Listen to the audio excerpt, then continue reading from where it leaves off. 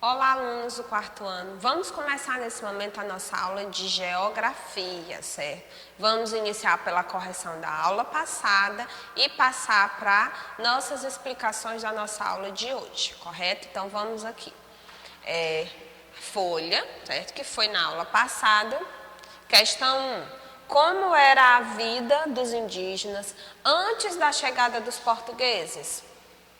Aproximadamente, quantos indígenas viviam aqui na época da colonização?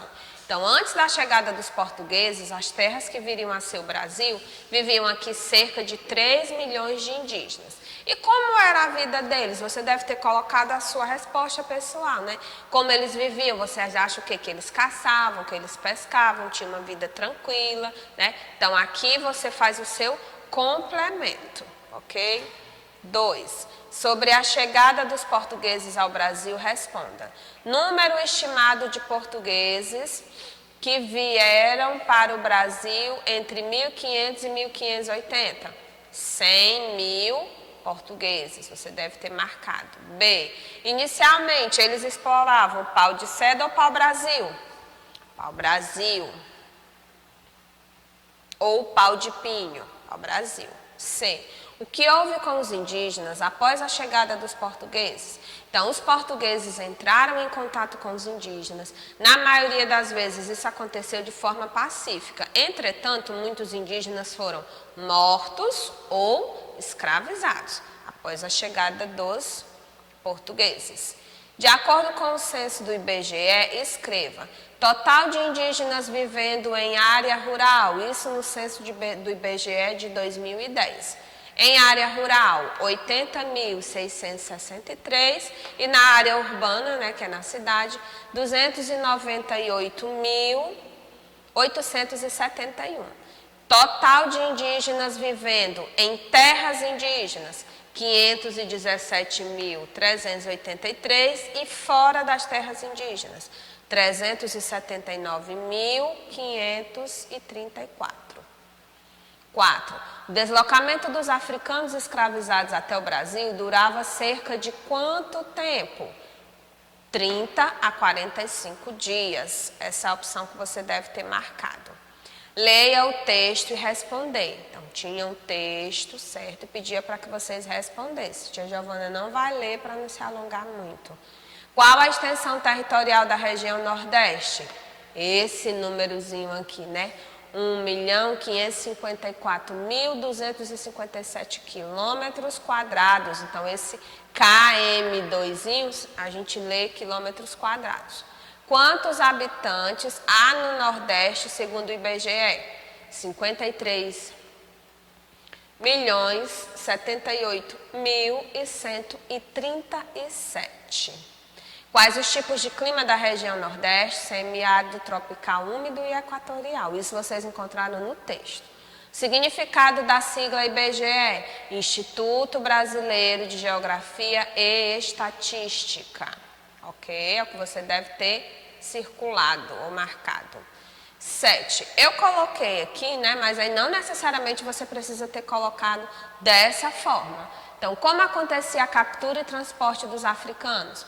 Acontecia porque os portugueses queriam mão de obra barata para as plantações. Então, africanos eram capturados na África e vinham para o Brasil por meio de navios negreiros em viagens que duravam cerca de 30 a 45 dias em péssimas condições. Muitos acabavam morrendo na viagem, deixa eu colocar o azinho bem aqui, por desnutrição, desidratação ou outras doenças. Escreva o significado da palavra cativo, pessoas que perderam sua liberdade. 9. Escrever sobre a participação dos seguintes povos. Eu coloquei isso aqui, que era o que estava no livro de vocês, porém não necessariamente você precisa ter escrito tudo. Poloneses, buscando uma vida melhor, os primeiros imigrantes começaram a chegar no Brasil entre 1869 e 1889. Inicialmente se estabeleceram em Santa Catarina e posteriormente no Paraná, onde fundaram a primeira colônia polonesa no Brasil, localizada em Curitiba. Falando em alemães, Os primeiros imigrantes alemães desembarcaram no território brasileiro em busca de melhores condições de vida. Grande parte foi direcionada como mão de obra para as lavouras cafeeiras. Outra parte se deslocou para o sul do Brasil. Tia, preciso ter escrito tudo? Não, mas eu coloquei a resposta como por completo. C. Os holandeses. Os primeiros imigrantes holandeses começaram a chegar ao Brasil em 1858 e em 1860 fundaram uma colônia holandesa no Espírito Santo. Assim como os outros imigrantes, trabalhavam na agricultura e na pecuária. Sobre os japoneses, eles chegaram no Porto de Santos em 1908, depois de viajarem por 52 dias. Olha quanto tempo demorava. Nesse período, o Brasil necessitava de mão de obra para a colheita do café. Diferentemente dos indígenas e africanos, os holandeses, poloneses e japoneses não foram escravizados e nem saíram de maneira forçada de seus países. 10. De quais países latino-americanos o Brasil costuma receber imigrantes? Atualmente, Bolívia, Haiti e Venezuela.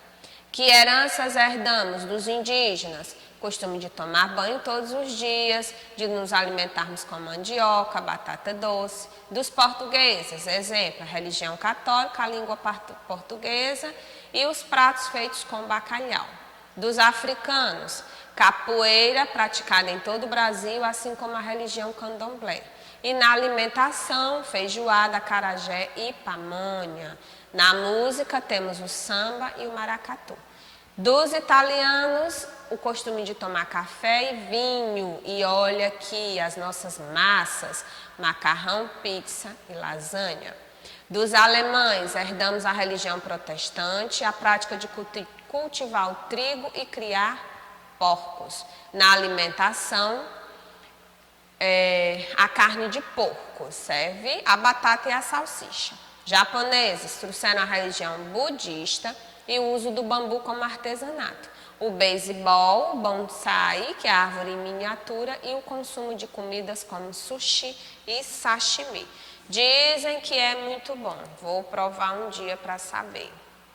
Vamos hoje continuar aqui a nossa revisão falando sobre os indígenas. Então, aqui, essa imagem tem no livro de vocês, certo? É um gráfico que mostra como está dividida atualmente a população brasileira, de acordo com as nossas 5 regiões. Então, nós vamos falar um pouco sobre a questão da população, certo? Então, hoje a população indígena não passa de 1 milhão e estão distribuídas em todas as regiões. É o que nós observamos aqui. Isso aí eu já mostrei para vocês. Sobre as terras indígenas. As terras indígenas, elas encontram em processo de demarcação. O que significa isso, A demarcação das terras tem como objetivo reduzir os conflitos, porque alguns agricultores e madeireiros, eles querem invadir as terras dos indígenas, se apropriar dessas terras, e isso gera conflitos, resultando na morte, assim, de muitos índios. Por isso, essas terras estão em processo de demarcação. Essa demarcação vai permitir que essas comunidades elas tenham assistência, um direito reservado à terra que realmente é delas. Então, demarcação é uma definição dos limites de uma área indígena. Nessa área demarcada não se pode mexer. Falando sobre demarcação, nós temos aqui o capítulo 8 dos índios, São reconhecidos aos índios sua organização social, costumes, línguas, crenças e tradições, e os direitos originários sobre as terras que tradicionalmente ocupam, competindo à União demarcá-las, proteger e fazer respeitar todos os seus bens. Então, isso é um direito garantido por lei. Porém, esse processo não é simples. Já estudamos que ele envolve 3 etapas, Estudos, aprovações e elaboração de documento. E qual é o órgão responsável? É a FUNAI, Fundação Nacional do Índio, junto com o Ministério da Justiça e a Presidência da República. Então, esses são os órgãos que estão sempre em luta pela demarcação das terras indígenas.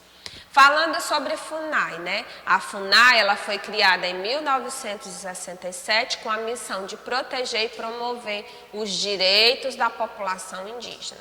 Essa fundação é responsável pela demarcação de terras, certo? Que venham a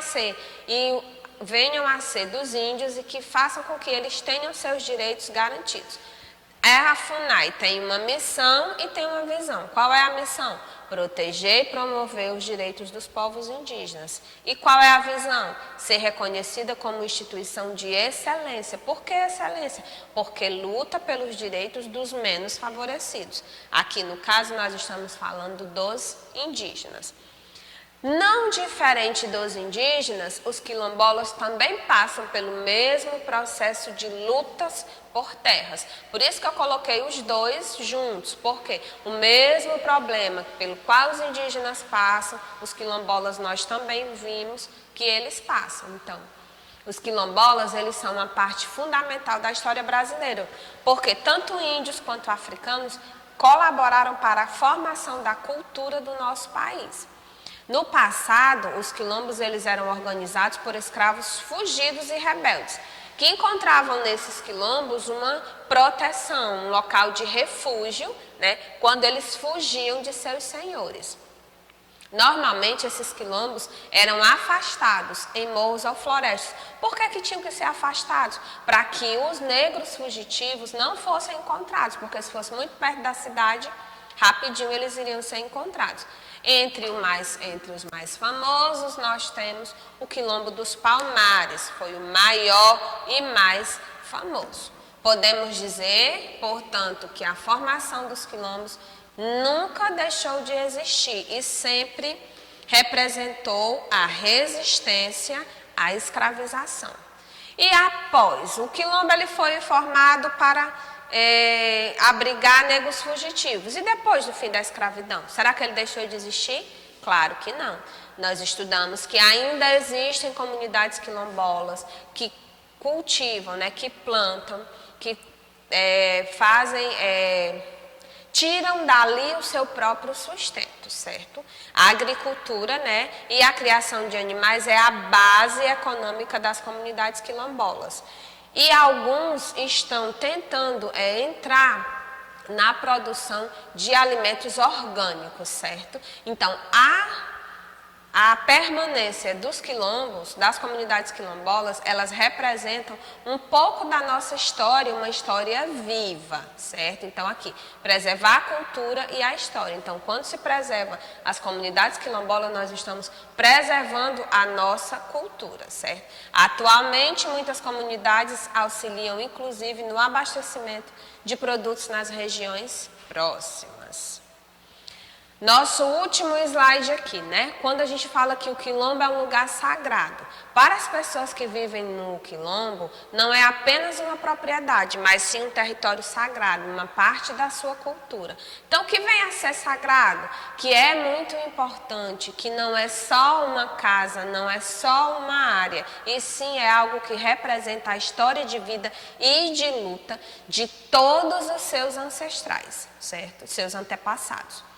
Muitos esforços são organizados para que políticas públicas garantam a posse das terras aos quilombolas e preservem a importância histórica e cultural dessas regiões. A demarcação das terras de comunidades quilombolas está realizada pelo Instituto Nacional de Colonização e de Reforma Agrária, o INCRA, certo? Então, para finalizar a nossa aula, eu gostaria de chamar a atenção de vocês para a luta, né, constante de indígenas e de descendentes das comunidades quilombolas.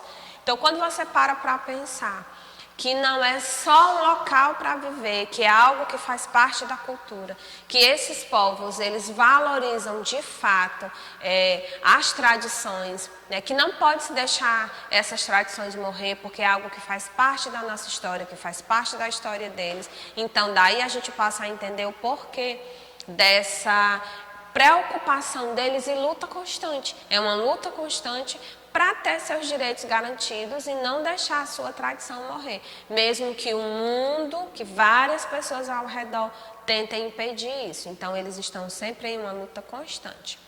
Eu vou passar atividades para vocês, vou mandar no grupo, vocês vão responder sobre esse assunto. Próxima aula a gente corrige, certo? E continua o nosso assunto e para que a gente possa, enfim, entrar no nosso terceiro módulo, ok? Então, até a nossa próxima aula.